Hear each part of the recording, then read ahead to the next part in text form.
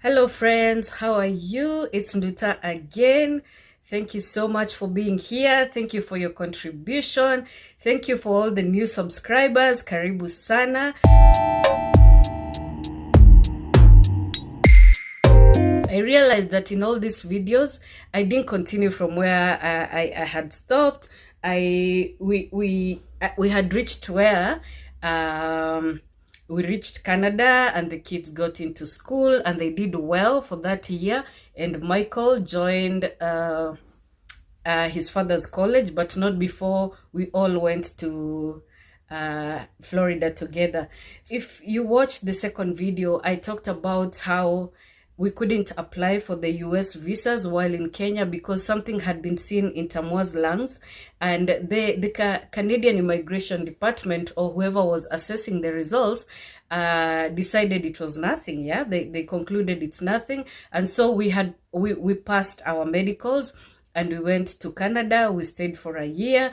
I'm skipping through because when it comes to the work situations, we'll make different kind of videos, yeah. But for us as a family, I'm trying to show you how we moved from Kenya to Canada, why we left Canada, and it's a simple reason. It was just to join Dad, you know, so we can reduce our bills and also be together as a family. Although we were going to have to leave one boy who had already joined college, that's the firstborn. And in this season, we experienced a huge miracle, yeah. So we had been living and working and going to school in Canada, and on the following year, we arrived in 2017. On the following year, 2018, we had reached a point where Habi and I decided that we should venture into America. Now there was the issue, there was the fact that we hadn't applied for American visas, and so we did that. So we filled the forms online and then we sent them over to the American consulate in Halifax.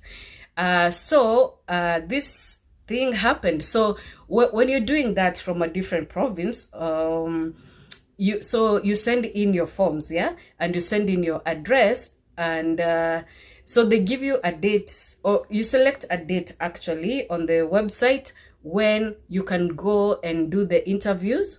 And you have to go, the whole family, you know. With America you have to do interviews, so you select a date.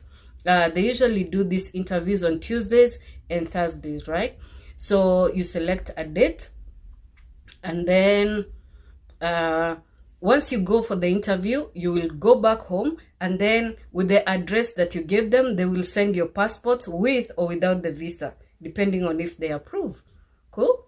Okay. So in May, I did the forms. We did everything. I got consent from hubby. Now, this is something you have to realize when you have children. You have to get a letter of consent whenever you're traveling with them. Like, does your spouse approve, or are you are you kidnapping your own children or running away from the other parent? Because it's all about justice and fairness, yeah. So we had everything, and I tried, as I was filling the forms, it came to the point where I'm selecting a date for the interviews, and we couldn't get any. It was like a very busy season for the consulate. So I kept trying, and because I hadn't done it before, I wondered, am I doing it wrong, yeah? And so I called the consulate, and they told me, the lady who picked told me, the reason why you cannot obtain a date on the website is because you're a large team, you're a large group, yeah? It was 4 of us. Yeah, I was shocked. Kwani family, it's a big group. So she told me, since we do the interviews, we carry out the interviews on Tuesdays and Thursdays, I will give you the dates of, we have to split you into 2. So Michael, you and Michael will do your interviews on 17th July 2018, and Tamwa and Imani will do their interviews same week on Thursday, 19th July 2017. And so we had to accept that. It was May, we had to wait for July, yeah, 17th. So we had to accept that, because otherwise it meant waiting for the time they can take a whole group in. But God was in the detail. Like I always say, God is so much in the detail, yeah? So After we got our dates, what was the obvious thing to do? Book our flights. So we book our flights, and the day comes, we are leaving very early in the mornings because we had an interview at about 11 the same day. So we leave like about 5. We flew to Halifax, got there very early in the morning, like 8 a.m. Took our bus. Actually, there's a bus that rides from the airport to the consulate area. It's like a CBD area, yeah? So we went there, had breakfast, booked an Airbnb because we would be staying 3 days, right? Because of the other interview. So we had booked flights to and fro. But let me take you back a bit. So 2 weeks before the interview, somebody else called us from the consulate, and they told us somebody booked you like as a group, but that should not have been because you're a family. So it's just 3 of you taking the interviews, and the baby doesn't have to attend the interviews, yeah? So it will be just Margaret, Michael, and Imani. So what we have done, and the only solution we can have with your permission, is move you all to the date 17, Tuesday, so you can all go in together because you're a family. Hey, and we wondered, so why did that chick do that? And we start like a blame game, you know. But this lady explained so nicely, and as soon as we hung up, I called hubby and said, imagine the way we say in Kenya, walitutupisha mbao. Imagine we'd even have to stay that long in Halifax. So what now are we gonna do? The obvious thing, call the airline and try to cancel the return flight so that we return the same night, because that is how we knew things are done, yeah? Because we have to go for the interview, come back, and then the passports will be sent to us later. But God had another plan, yeah? And so once we got there, we took our breakfast. Our interviews were at like 11, yeah? So we booked an Airbnb, got a very huge discount. It was all nice and good, yeah? Provision for the journey, like I said, yeah? So we went to the consulate, and it's in a very cute area in Halifax, just by the waters, yeah? So we went in and gave in our passports. Yeah, you have to be careful at the consulate. You will be expected to remove belts and any jewelry and all of that, yeah? It was an easier process for us, so maybe I'm not even the best person to give advice on that. But we went in, my kids and I, we had to leave Imani somewhere. I'm giving you all the details. No stops. So a lady took our documents and went into the office. Suddenly, a guy came out and he's like, you guys, yep, so tells us, come. And he asked me, what does your husband do? And Michael just jumped in and said, oh, he does this and this. Oh my God, I remember the guy.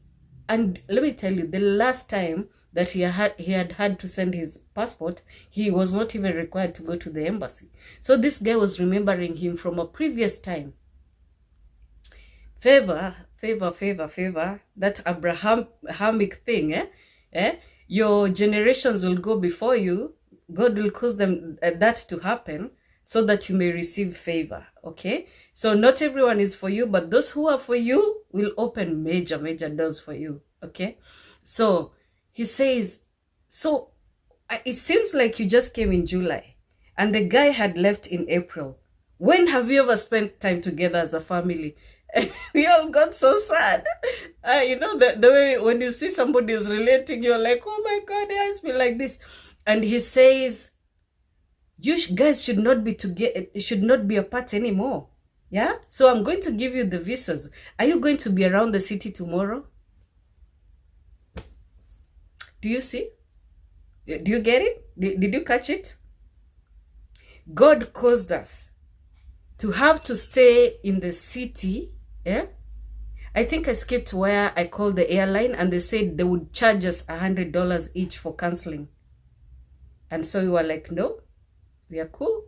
We'll stay in an Airbnb because it will turn out to be cheaper than $400. We would just explore the city, yeah, be there for a while, because why not? So this guy says, if you're in the city tomorrow, come and pick your visas.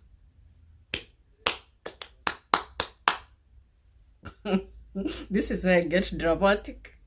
Just seeing God's hand in everything, that he has been with us. My God. Oh God. God is good. God is good, and his mercies endures forever. So we got our visas the next day. I walked around the city, and then the next day we really explored the city, you know. We had breakfast, we had lunch, and then the Airbnb owner, who by now had decided we are family, decided to drop us at the airport, saved us some coins, yeah. Although we gave him something, kwa sababu I like discipline, yeah. You have to buy somebody mafuta, don't just let them spend on you. And yeah, when we went, we didn't think we would get our visas, but we came back. We even shortened our time, yeah, because we had come into this house in July. So we were leaving the same month, yeah. So we came back, got prepared, now started booking for flights to Florida. We were saying goodbye to St. John's. How timely that the kids had done their year in school, yeah? They had been introduced to the system in Canada or at a small town, you know, smaller town, because we didn't know then, but Florida is so different. My God. It's big, it's different people, yeah? Very fast-paced life, yeah? No community, yeah? But very, very grand too. And oh, the food. Because like I said, there's a huge presence of the Hispanic community, and their food is really good, and it's like ours, yeah? So we then on the 28th of July 2018 flew to Florida, and Mike would stay there for a month before he went back to college in St. John's, and I would stay there for 3.5 months. This is me sharing the journey like I promised. So while we were there, I realized that as a spouse, I cannot, as a spouse and dependent of my husband, who was on a J1 visa, because I know you guys are going to get into different kind of visas if you're coming over. And so that made us, me and the kids, J2s. So you can work and you can go to school, but what you cannot do is get your papers immediately. Remember, in Canada it was different, because we went in, got our SSN, you know, social security number, and in US it takes 4 months, yeah. But this time we had spent, I'm not going to hide anything because this is very important, we had spent, like, we were living paycheck to paycheck, yeah. Just all this traveling, yeah, taking care of our children. Mike was going into college. We are not permanent residents, so we pay more. We had to take care of all these things. So I got restless, you know, not having money, not, you know, not being able to support in any way. But for the time that God intended for me to be there, I stayed in Florida. I loved Florida for some reason. From the moment we left the airport, even the smell, that coastal smell, yeah, it's the sea salt smell. You just feel like you're opening up, eh? Oh God, I loved Florida, and I didn't know this, but God knew that I fell in love with Florida, and it would break my heart to leave my kids behind.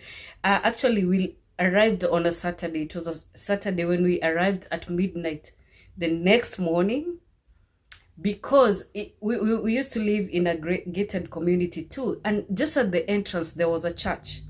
I had wanted so much to go to a church, and with the way I was feeling, it's like I had not attended church enough in St. John's, because it used to be far, and I felt like I had missed out on giving thanks.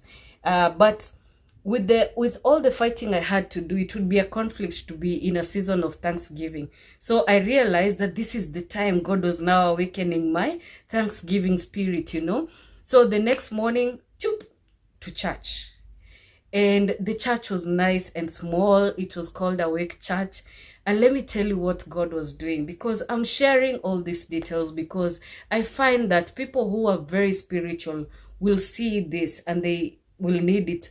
When you're very broken in your journey, because life has a way of beating you up, he will take you to a place, several places of healing, yeah?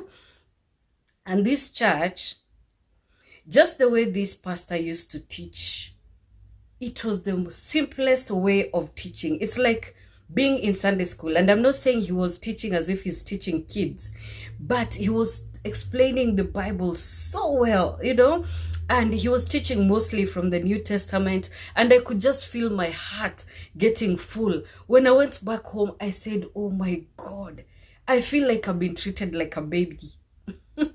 I hadn't asked anyone to come with me. I just went there, and oh, there's this huge presence of African Americans. And as soon as I came in, I was wearing this African headgear. They were like, come. They're hugging you. Oh, the warmth. I was like, I'm home. I belong. My heart just swelled. The word, I was drinking it like this. I was so thirsty for this kind of thing. It was just some gentle teaching, no demands. And listen, I have some church heart. You might catch it along the way. But like I said, you learn to forgive. And you know, the church in Africa has had a season where it's like, it was like a get rich quick scheme, yeah? And because my people wanapotea for lack of knowledge, yeah, all these things are in the Bible. So there was no pressure here. It was just being taught. Like somebody who is interested in harvesting souls. And you can imagine church abroad is tough, because when it is summer, like half the church goes somewhere else. They travel somewhere else, maybe for work, maybe for just fun, adventure, yeah.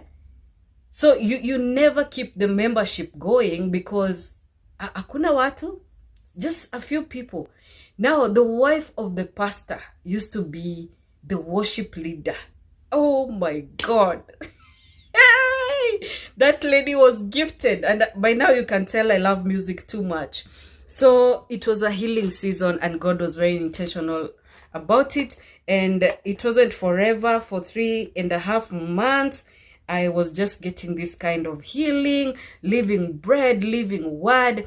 And it was good too, because I was too broke anyway to give sacrifice or tithe or whatever. I was just being fed and taken care of. So I would go away to find a job in Canada, or rather I got a job and flew purposely to a certain destination, yeah?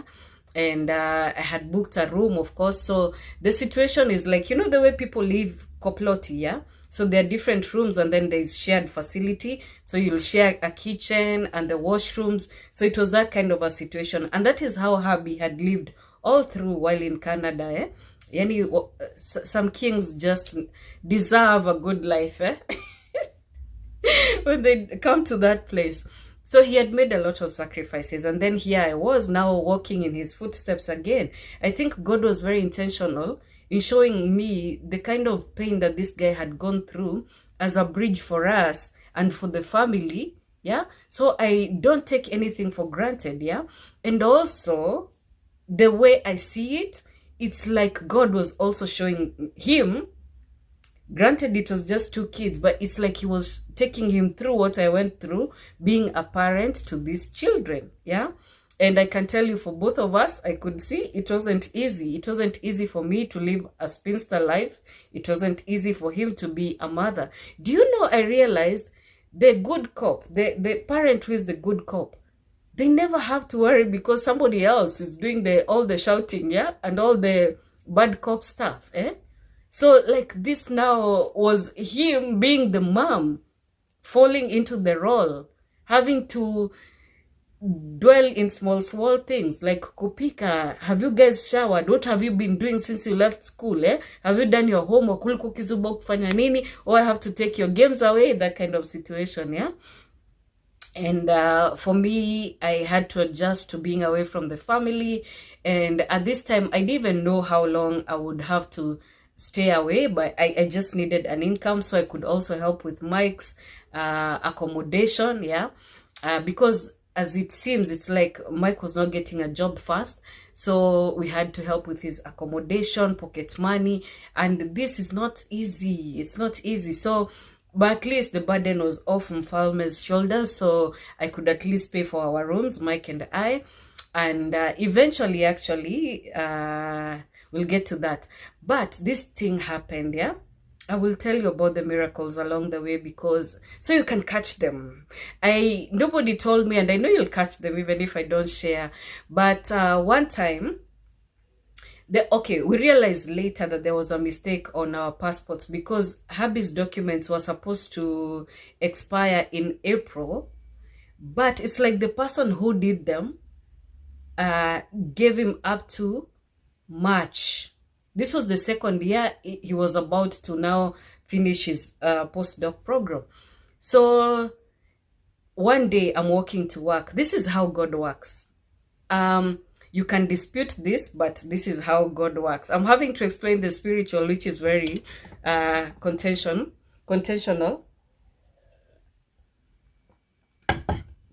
But let's not contend.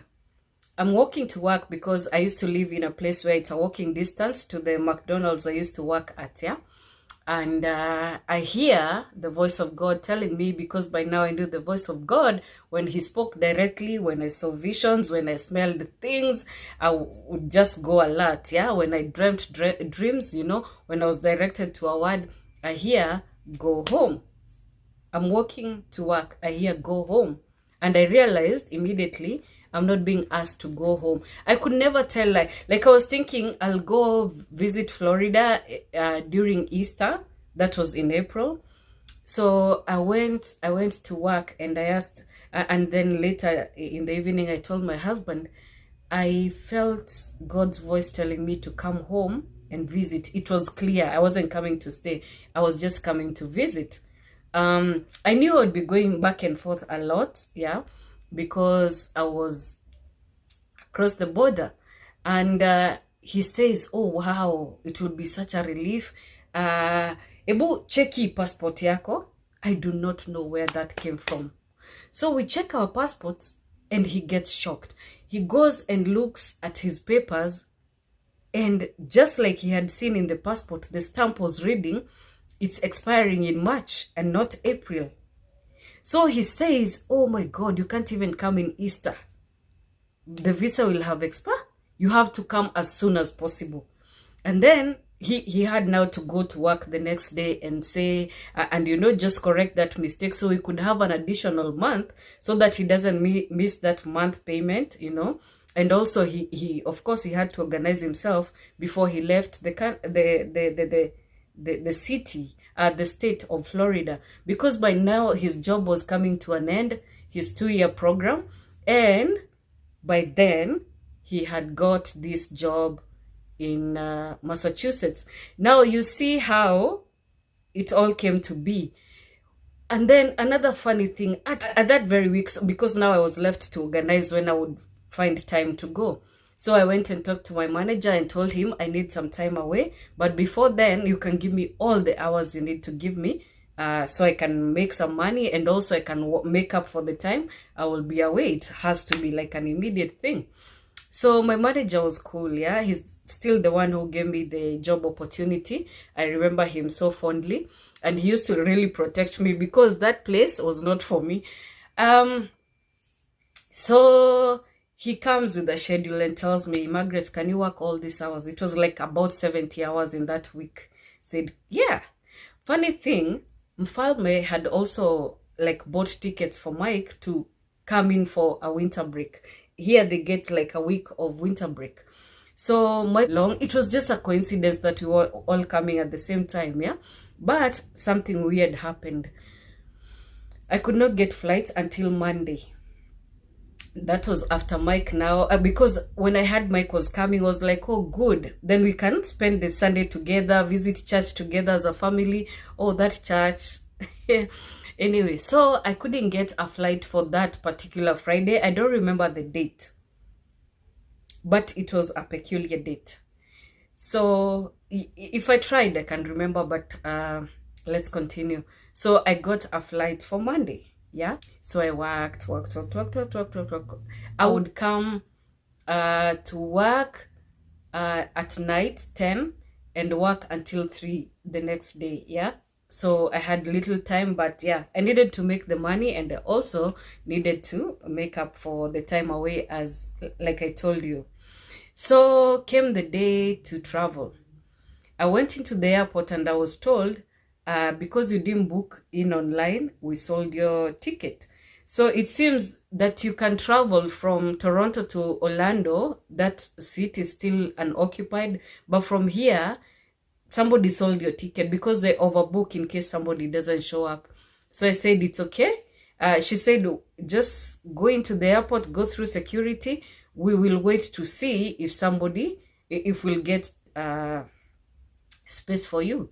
So I went in at 11:30. The flight was supposed to leave at 2, but we kept waiting. It was a bad weather situation. So we waited and waited, and hey, at 3 is when they called. Yeah, it must have been 3. I had them call over the intercom and said to go get my ticket. So yeah, they had worked it out and I got a ticket. So then we waited for the plane. Aki airport ikaja, the planes were not coming. They would be delayed somewhere because the weather, when it gets bad in Canada, and especially when we are taking these tiny flights, sometimes the wind situation can interfere, yeah? And so our plane was very late. It came in at 7:30, and now I was scared because I was supposed to leave Toronto to Orlando at 8:30, yeah? Maybe I'm getting a headache for talking fast, yeah? So beautiful. So while I was waiting, I had to break the news to Mfalme. So I tell him, it seems I won't get there at 11 as I had expected, because I was supposed to fly from 2. It's about 5 hours to Orlando, but now it stops. It can get longer. So I tell him I'm late. I don't know what they will do. I don't know if I'll catch the flight to Toronto. And he goes, oh my God, I'm supposed to go into Massachusetts for an interview. So when are you coming so I can let this guy? And I found Mike on the day before he left. He was to leave the next morning. So Abby just quickly, like, it worked for all of us. So I would go in, spend some time, but on the day that I was leaving is the day he would be coming back now from Massachusetts. He was supposed to come here for now his interview. So I told him, and he booked now, because now there was excitement. I'm coming in, yeah, and he can be able to get a chance to leave the kids, and because Mike would be gone by then. So I took the flight at 7:30, and I was telling this guy, I don't know how I'll catch the connecting flight. And he told me, you just go, and when you get there, just go like run to this particular gate, and hopefully you'll get to board. But when we reached Toronto, the plane didn't even land. It just kept hovering on the sky because there was no place to even park. It was so messy. The situation was so messy, and I watched as time just flew by. Eventually we landed. Of course, we were not going to spend all night in the sky.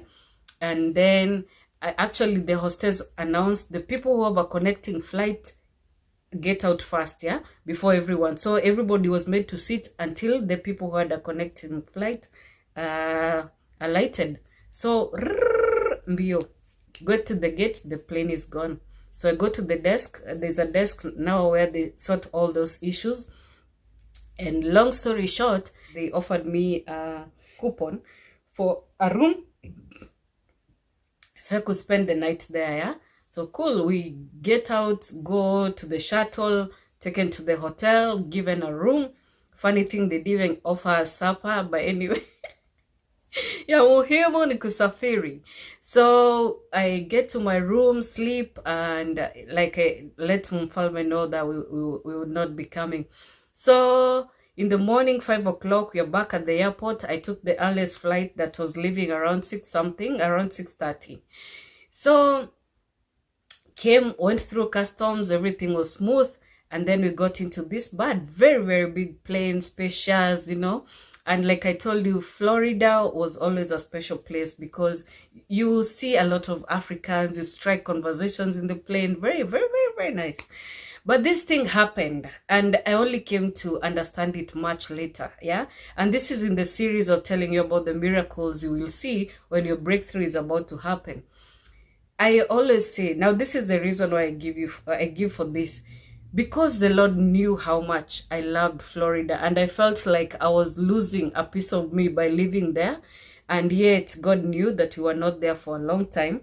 If you've watched the video I talk about dreams, I talked about Florida being a place that we just went to rest in between all the madness and in between our place to settle. So we reached Orlando. It was just, the airport was just as busy and we could not land. And the airport was never far away from our house, yeah? It was just a few minutes drive. So this pilot decides to do a thing. Aki, me, I don't know about planes, so don't come for me. So he decides to give us a tour of the city from the sky. Dude, do you get it? So it's like God decided, I'm giving you a drone experience. So he took us around. Like, he didn't hover over the sky like the airplane going to Toronto. Oh, he would just go deep down and, you know, go back into the sky. You know, it was like a show. And I was quickened. This was not the first time that I would be in a plane and God, you know, quickens me like, this is for you, you know. Going into St. John's, the plane like went over the sea and then just turned around and faced the city. And I'm looking, I was sitting at the window and I was quickened like, pray before you hit down, claim the city, claim good things for yourself and your children. And so I realized, oh my God, the plane is waiting to land and I have to pray, you know. So I prayed, and then as soon as I said amen, it just started descending. So this was a show. Eish. And Florida is beautiful, my friend. Florida is so cute. So eventually, when I got tired, I was like, okay.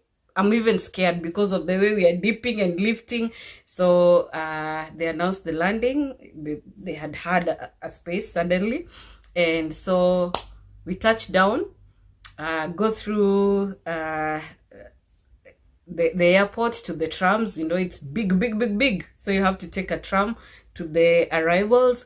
And so found hubby waiting. He was the only one who knew that I was coming. Oh God, please remind me if it was yeah, I landed Tuesday, yeah, and Mike would be leaving on Wednesday. So, oh my God, yes, this is how it was. So we get home. Mike was also surprised, yeah, and we got to see each other at least before he goes back to St. John's. Went the following morning. He left the following morning, very early in the morning. We got to escort him, and now I got to also stay for the remainder of the time. So Wednesday, the Tuesday afternoon, Wednesday, Thursday, Friday, Saturday, Sunday, I go to church, and let me tell you, sometimes you don't think that people notice. People are mad at me. Why did you leave your family? But you know, they were the same way. Come here. Oh God. And it felt like, they felt like the more love they're showing me will cause me to stay, you know, but because I didn't explain where I was going, yeah. But at least it was a restoration of faith again to see us together as a family. And, you know, hubby continued to go to the church with the babies. It was wonderful. It was a wonderful church. I remember one time Toshi said, Toshi thought somebody else would preach. And he was like, where's the other pastor? This pastor was just ordained for this season for us, yeah? So they didn't even know, but I had to tell them that I would be there for just that one Sunday and I would be going back the next week. So I would be leaving on Tuesday, yeah? I think, yeah, on Tuesday evening. So I was actually supposed to get into my flight at 7, and Falme was supposed to come in at 7. So it was crazy because now I was leaving the kids alone in the house, and it was just so hard to part from them. But this time I had matured so much, I understood the journey. Things had to be done, and at least now we were making little money, yeah, so that we could afford to take care of our family. So I get to the airport and I want to check in, but luckily the plane Mfalme was in had Wi-Fi, and so he's like, no, don't get in before I arrive. We are almost touching down, so just wait for me. But I'm at the departure section and he's at the arrivals, But he's like, no, we have to see each other before you leave. And I don't know. I talked to the security guy because I was afraid I would miss my plane, yeah? I have to take you back and tell you, before that, Mfalme had looked for a job in Canada because we were looking to see where God intended to take us, yeah? But more rejections in Canada, yeah? So you see how we decided that maybe, perhaps Canada is not for us anymore, yeah? Because he was meant to go to a closer town and, move the kids there, because both Canada and US are good places to raise the kids depending on where you are. So this town that he was supposed to come to, Halifax, was the same place I was supposed to go through on my returning flight. But funny thing now, because he insisted I wait for him, he ran all the way from the departures as soon as they touched down. And what did we even say to each other? Just hugs and goodbye. We'll see you. And I get into the line. I asked the security, can I beg people, can you help me get to the front of the line, because my plane is leaving now. And she said, you'll have to ask the people. I can't just, make them. And I get to the front, they allow me, but what happens? They hold my suitcase because I'm carrying unga ya ugali maserepa. And they decide this could be anything. It could be cocaine. So they hold the bag and the plane leaves. So I still insist I have to go. I went to the other side now, departures, took the, the tram to the departures, and I went there. The plane had left for sure, and I had to speak to the desk, and they said, we can put you in another plane, but you will not go through Halifax. For some reason, it's like we were missing Halifax. I do not know why. So I went back through Toronto. That's how they organized it. But I reached now the next day in the morning. So I'm sharing this for what? I'm saying God really wants to spoil you. He has an intention, yeah? He will cause planes to hover over in the air just to give you a show. And you know what? I never went back to Florida again, much as I loved it. I had enjoyed it. Oh, I have beautiful photos. I have beautiful memories of the people, the food, the culture. Oh my God. Like, we would go to the beach and I would be approached by African Americans. Like, there was just this much attraction between us, yeah? And, we would talk. God. Meet the miracles I have seen, the different things I had seen. It's not what I expected. I've always heard that they are not as friendly. But even at work, I'm so tight with one kashosho. It's so different, yeah? But I was just saying, these are the miracles I saw. For us to be given a visa on the day we didn't expect, for me to get a show, and it's like God intended for me to spend the night in Toronto. Like, sometimes you're fighting and you're wondering, now what? I'm going to miss a day. Kumbe God wants you to come into this place during the day, yeah? And it is in those moments I realized that the time that you arrive, now this is the spiritual aspect of it.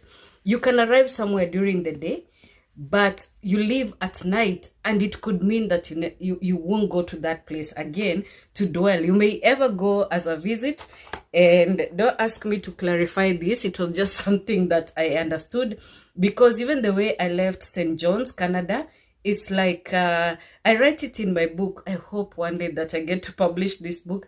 I write it to say that we all sat on the aisle seats. We did have the privilege of seeing outside. I'm one who is very vested when I'm leaving a city, going into and leaving, trying to assess the spiritual state of the place, when if God intends for me to stay there or I might need to move somewhere else.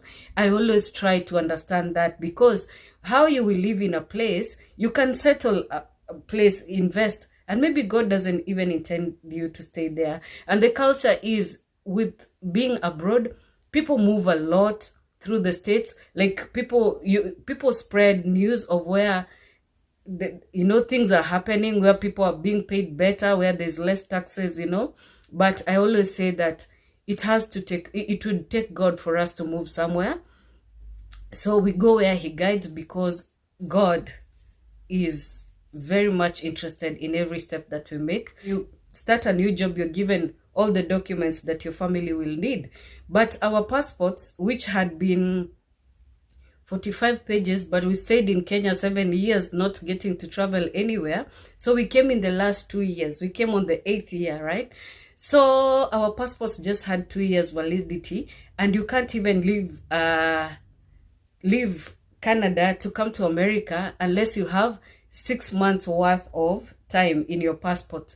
But then, due to what was it that made passports, like people couldn't renew their it was that change from the blue passports to the East African passports. There's a time they closed everywhere, so we needed to renew our passports. And also now Mfalme had come here, I needed to come and take care of the kids because he would be traveling somewhere. Yeah, so we had to come here, and it so happened that we would come by road. Now get this. So we organized ourselves and just, left, because Mike and I had to come to renew our passports now to the new East African passport.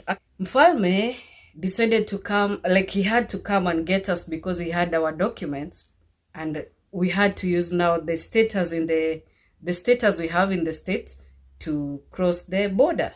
Yeah, and we were not sure that would work. But it worked like it was nothing.